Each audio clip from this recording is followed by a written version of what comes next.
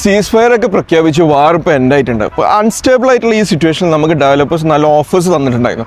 നമുക്കൊരു distress deal കിട്ടുന്നതിനൊക്കെ നല്ല ഓഫറാണ്. അതായത് 40% മേൾ അപ് ടു 40% നമുക്ക് ഡിസ്കൗണ്ട് ആണ് ഡെവലപ്പേഴ്സ് അവിടുന്ന് ഫുൾ ക്യാഷ് നമുക്ക് തന്നിട്ടുണ്ടായിരുന്നു. അതേപോലെ DLD വേവർ 4% നമുക്ക് തന്നിട്ടുണ്ടായിരുന്നു.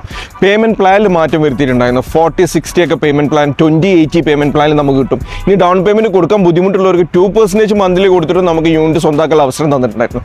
ഇനി വേറെ പർട്ടിക്കുലർ ഡെവലപ്പേഴ്സ് അവരൊരു യൂണിറ്റ് ഒരു പർട്ടിക്കുലർ എമൗണ്ടിൻ്റെ മേളിൽ പർച്ചേസ് ചെയ്യാൻ നിസാൻ്റെ വെഹിക്കിളായിരുന്നു അവർ തന്നിട്ടുണ്ടായിരുന്നത്. അല്ലെങ്കിൽ നമുക്ക് ഇക്വലൻ്റ് ആയിട്ടുള്ള മണീൻ്റെ നമുക്ക് ഡിസ്കൗണ്ട് കിട്ടിയിരുന്നു. അപ്പോൾ ഈ ഓഫേഴ്സൊക്കെ നമുക്ക് ഈ അൺസ്റ്റേബിൾ ആയിട്ടുള്ള സിറ്റുവേഷനിലാണ് നമുക്ക് കിട്ടിയിട്ടുള്ളത്. ഇപ്പോൾ നമ്മളിത് മിസ് ഔട്ട് ആകുമ്പോൾ നമുക്ക് ഈ ഒരു അൺസ്റ്റേബിൾ സിറ്റുവേഷൻ കഴിഞ്ഞാലാണ് നമ്മൾ എന്താണ് ഈ ഇൻവെസ്റ്റ്മെൻറ്റിലൂടെ നമ്മൾ മിസ് ഔട്ട് ചെയ്തതെന്ന് നമുക്ക് അറിയാൻ വേണ്ടി പറ്റുള്ളൂ.